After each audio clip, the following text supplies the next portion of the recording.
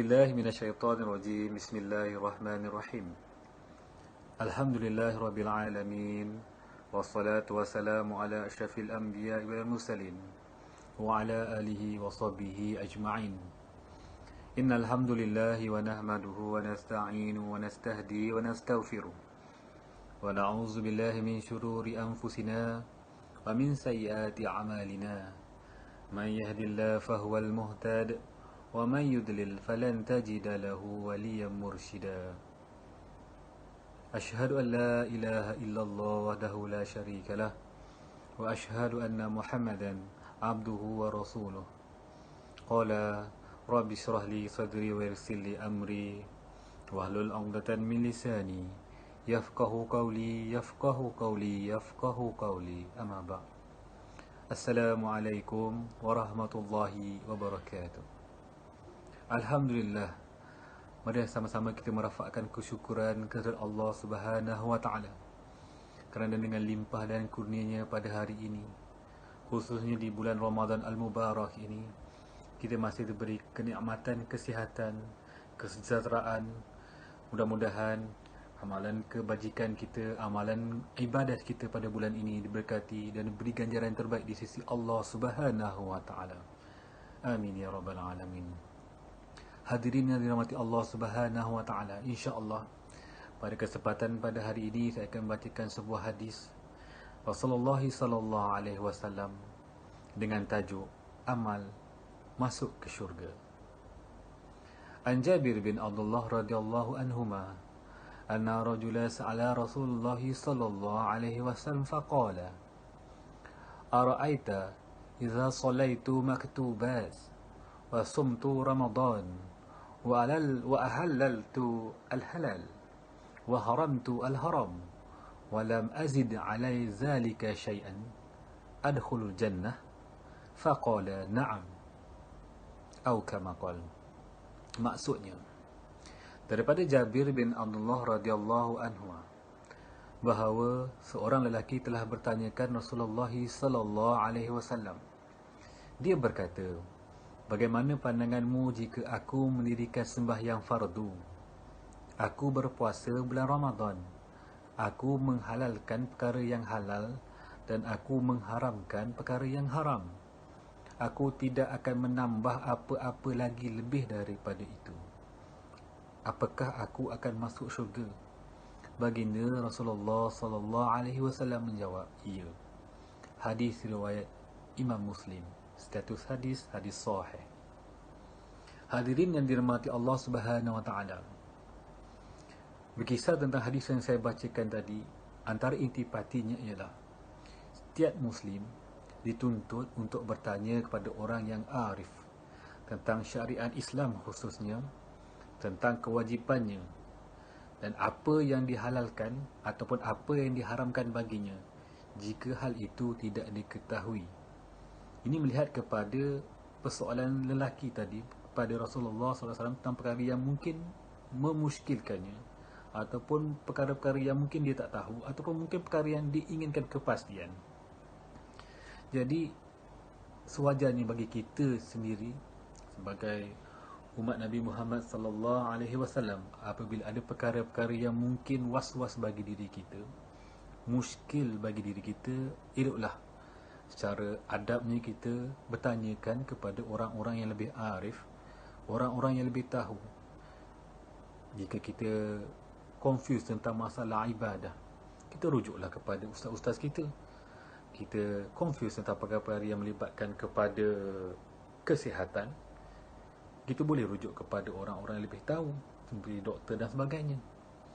Jadi dengan cara inilah, walaupun lihat kepada perkara-perkara yang dilihatkan sebagai perkara-perkara yang nampak kepada asas ataupun biasa-biasa saja, tapi sebenarnya hadis ini mengajar kita tentang setiap Muslim itu ada etikanya apabila kita tidak tahu tentang satu perkara. Yang kedua, penghalalan dan pengharaman merupakan aturan syariat. Tidak ada yang berhak menentukannya kecuali Allah Subhanahu wa taala.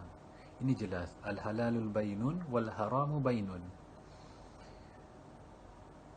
perkara-perkara yang halal, perkara-perkara yang haram memang dah jelas, ada dalil-dalil, ada nas qat'i dalam Al-Quran dan diperincikan dalam hadis Rasulullah sallallahu alaihi wasallam. Seterusnya, perkara yang ketiga yang boleh kita keluarkan intipati daripada hadis yang saya bacakan tadi ialah keinginan dan perhatian yang besar dari para sahabat terhadap syurga diperlihatkan pada kesungguhan mereka dalam mencari jalan untuk sampai ke sana dengan bertanya kepada Rasulullah sallallahu alaihi wasallam melalui amal soleh yang boleh dilakukan. Para sahabat ialah golongan yang telah berjumpa dengan Rasulullah sallallahu alaihi wasallam, tapi mereka masih mahukan satu kepastian, rasa gundah gulana dalam hati tentang perkara-perkara yang mungkin, adakah aku ini masuk syurga ke tidak. Itu para sahabat masih, orang kata, mahukan kepastian, masih bertanya kepada Rasulullah sallallahu alaihi wasallam, walaupun ada sahabat-sahabat yang telah janjikan syurga oleh Allah Subhanahu taala. Jadi kesimpulan di sini, apatah lagi kita yang terlalu jauh daripada Rasulullah sallallahu alaihi wasallam, bukannya pada golongan sahabat, bukannya pada golongan tabi'in, terlalu jauh. Kita ni sepatutnya lebih risau, adakah aku ni dimasukkan ke syurga oleh Allah SWT nanti. Perlu kita muhasabah diri kita, khususnya pada bulan Ramadan ini.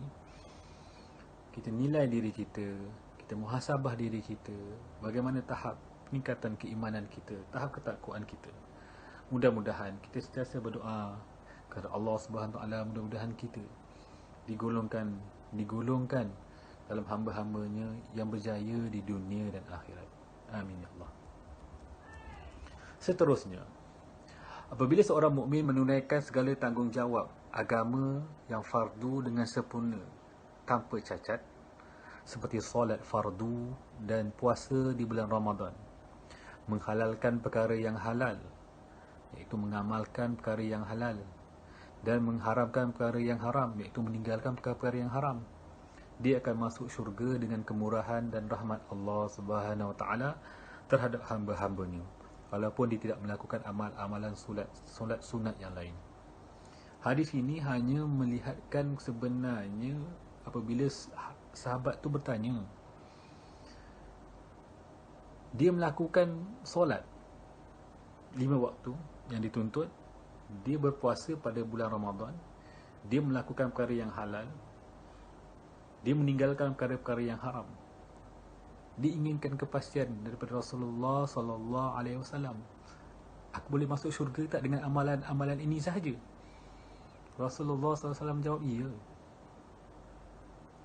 Hadirin yang dirahmati Allah Subhanahu taala, bukanlah di sini kita nak menyatakan amalan-amalan sunat yang kita selalu laksanakan tak perlu buat. Bukan macam tu. Itu sebenarnya bab kata ulama-ulama kita, itu sebagai aksesori, sebagai penambahan, sebagai nilai tambah dalam amal ibadat kita. Mudah-mudahan tiada apa yang orang kata kita perlu risaukan, tiada apa perkara-perkara yang orang kata, kalau macam gitu tak payah buat perkara-perkara sunat, tak payahlah kita sembahyang sunat, tak payahlah kita buat perkara-perkara yang berkaitan dengan wajib je saja kita buat. Bukan macam tu maksudnya. Ini adalah orang kata gambaran bahawa syurga Allah itu luas. Syurga Allah itu terbentang luas bagi umatnya yang taat kepada Allah Subhanahu Wa Taala. Jadi mudah-mudahan dengan hadis Rasulullah SAW sampaikan kepada kita ini memberikan satu motivasi, memberikan satu impak yang baik kepada diri kita untuk kita menjadi insan atau menjadi manusia yang sentiasa memikirkan perkara-perkara yang baik, perkara-perkara yang orang kata dapat menambahkan keimanan dan ketakwaan kita kepada Allah Subhanahu Wa Taala. Dan buat akhirnya, dalam menyampaikan dakwah, seorang dai perlu berhikmah dengan mengambil kira kepelbagaian manusia di sekelilingnya. Ada yang kuat, ada yang lemah, ada yang mudah melaksanakannya, dan ada yang sukar. Manusia tahap-tahap keadaannya berbeza-beza. Jadi perlu kita faham dan perlu kita jelas tentang perkara-perkara ini. Mudah-mudahan dengan hadis Rasulullah sallallahu alaihi wasallam sampaikan kepada kita ini memberi satu impak yang terbaik dalam diri kita. Dan mudah-mudahan khususnya dalam bulan Ramadan Al-Mubarak ini kita diberikan ganjaran yang terbaik dan kita digolongkan dalam hamba-hamba yang berjaya di dunia dan akhirat. Sekian, wabillahi taufiq wal hidayah. Wassalamualaikum warahmatullahi wabarakatuh.